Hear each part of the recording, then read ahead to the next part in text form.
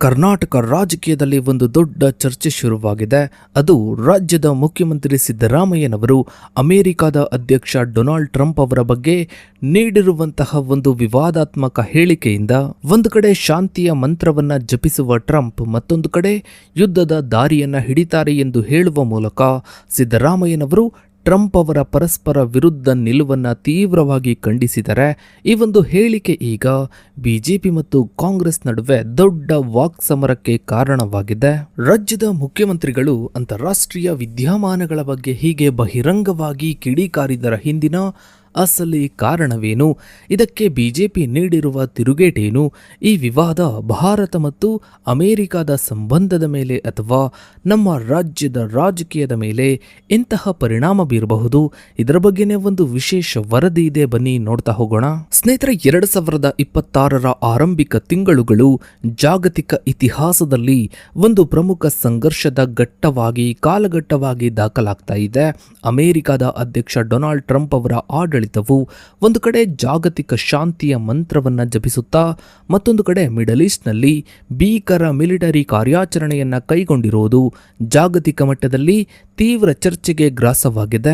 ಈ ಭೌಗೋಳಿಕ ರಾಜಕೀಯ ವಿದ್ಯಮಾನವು ಭಾರತದ, ಅದರಲ್ಲೂ ನಮ್ಮ ಕರ್ನಾಟಕ ರಾಜ್ಯದ ರಾಜಕಾರಣದಲ್ಲಿ ಒಂದು ದೊಡ್ಡ ಬಿರುಗಾಳಿಯನ್ನೇ ಎಬ್ಬಿಸಿದೆ.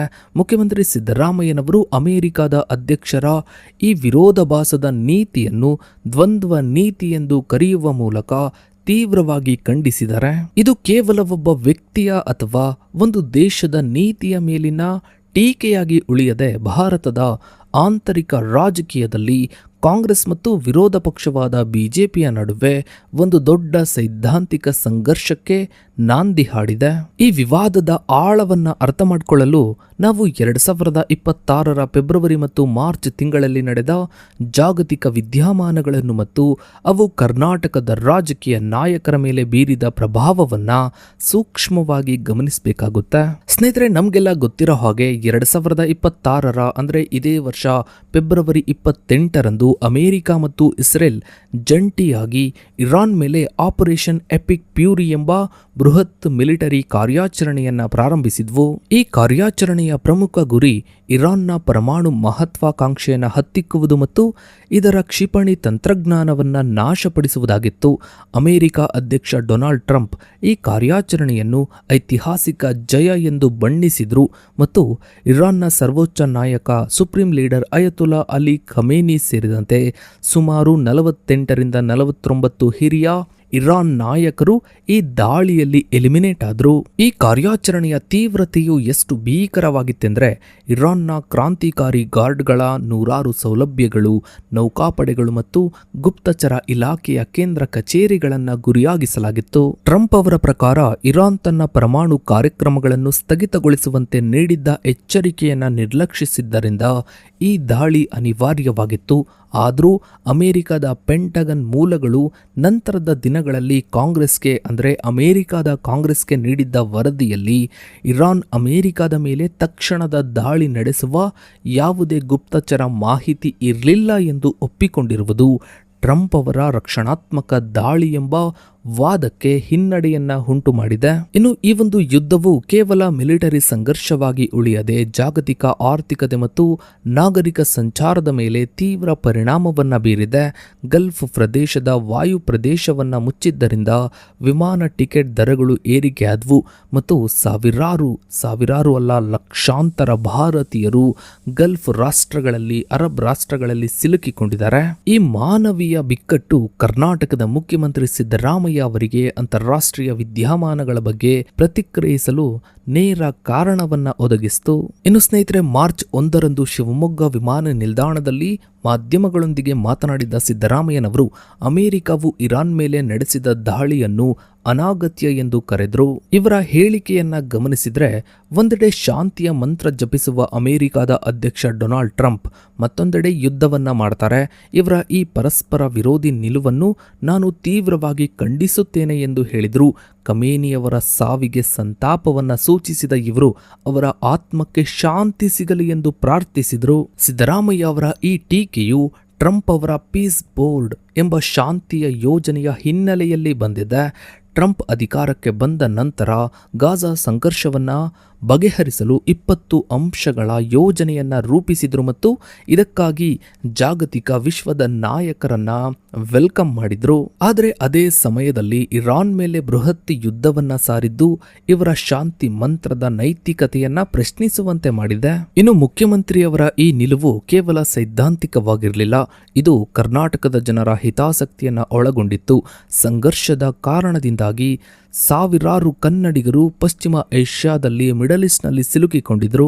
ಜೆಡಿಎಸ್ನ ಎಂಎಲ್ಸಿ ಭೋಜೇಗೌಡ ಅವರು ದುಬೈನ ಹೋಟೆಲ್ನಲ್ಲಿ ಸಿಲುಕಿಕೊಂಡಿದ್ರು.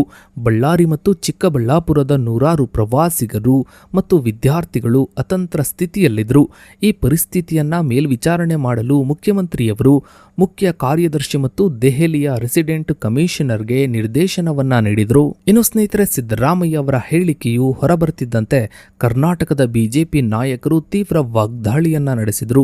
ವಿರೋಧ ಪಕ್ಷದ ನಾಯಕ ಆರ್ ಅಶೋಕ್ ಮತ್ತು ರಾಜ್ಯ ಬಿಜೆಪಿ ಅಧ್ಯಕ್ಷ ಬಿವೈ ವಿಜಯೇಂದ್ರ ಅವರು ಮುಖ್ಯಮಂತ್ರಿಯವರ ನಡೆಯನ್ನ ರಾಜತಾಂತ್ರಿಕ ಅಪರಾಧ ಎಂದು ಬಣ್ಣಿಸಿದರು. ಬಿಜೆಪಿಯ ವಾದದ ಪ್ರಮುಖ ಅಂಶಗಳನ್ನು ಗಮನಿಸಿದರೆ ಸಂವಿಧಾನದ ಪ್ರಕಾರ ವಿದೇಶಾಂಗ ವ್ಯವಹಾರಗಳು ಕೇಂದ್ರ ಸರ್ಕಾರದ ಸುಪರ್ದಿಯಲ್ಲಿರುತ್ತವೆ.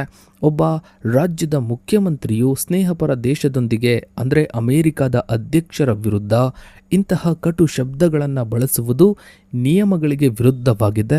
ಇನ್ನು ಆರ್ ಅಶೋಕ್ ಅವರು ಸಿದ್ದರಾಮಯ್ಯವರನ್ನು ಪಾಕಿಸ್ತಾನದ ರತ್ನ ಎಂದು ವ್ಯಂಗ್ಯ ಮಾಡಿದ್ರು. ಈ ಹಿಂದಿನ ಘಟನೆಗಳನ್ನ ಉಲ್ಲೇಖಿಸುತ್ತಾ ಇವರು ಭಾರತದ ಶತ್ರು ರಾಷ್ಟ್ರಗಳ ಹಿತಾಸಕ್ತಿಗಳನ್ನ ಕಾಪಾಡುತ್ತಿದ್ದಾರೆ ಎಂದು ಆರೋಪಿಸಿದರು.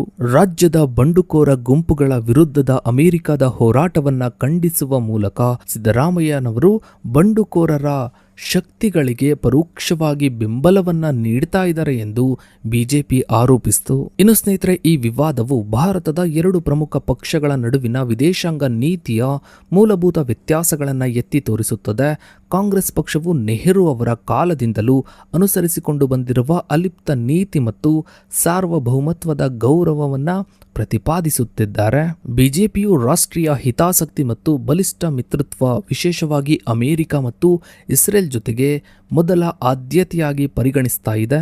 ಸಿದ್ದರಾಮಯ್ಯ ಅವರ ಬೆಂಬಲಿಗರು ವಾದಿಸುವಂತೆ ಅಮೆರಿಕವು ಇರಾನ್ ಮೇಲೆ ನಡೆಸಿದ ದಾಳಿಯು ಕೇವಲ ಸಣ್ಣ ಮಿಲಿಟರಿ ಕ್ರಮವಾಗಿರದೆ ಇದು ಜಾಗತಿಕ ತೈಲ ಮಾರುಕಟ್ಟೆ ಮತ್ತು ಪಶ್ಚಿಮ ಏಷ್ಯಾದಲ್ಲಿರುವ ಲಕ್ಷಾಂತರ ಭಾರತೀಯರ ಭದ್ರತೆಯ ಮೇಲೆ ನೇರ ಪರಿಣಾಮ ಬೀರುವ ವಿಷಯವಾಗಿದೆ. ಈ ದೃಷ್ಟಿಕೋನದಿಂದ ಮುಖ್ಯಮಂತ್ರಿಯವರ ಹೇಳಿಕೆಯು ಸಮರ್ಥನೀಯವಾಗಿದೆ ಎಂಬುದು ಕಾಂಗ್ರೆಸ್ನ ವಾದ. ಸ್ನೇಹಿತರೆ, ಸಿದ್ದರಾಮಯ್ಯ ಮತ್ತು ಟ್ರಂಪ್ ಸುತ್ತಲಿನ ಈ ವಿವಾದವು ಆಧುನಿಕ ಜಗತ್ತಿನಲ್ಲಿ ಸ್ಥಳೀಯ ರಾಜಕಾರಣವು ಜಾಗತಿಕ ವಿದ್ಯಮಾನಗಳೊಂದಿಗೆ ಹೇಗೆ ಬೆಸೆದುಕೊಂಡಿದೆ ಎಂಬುದಕ್ಕೆ ಅತ್ಯುತ್ತಮ ಉದಾಹರಣೆಯಾಗಿದೆ.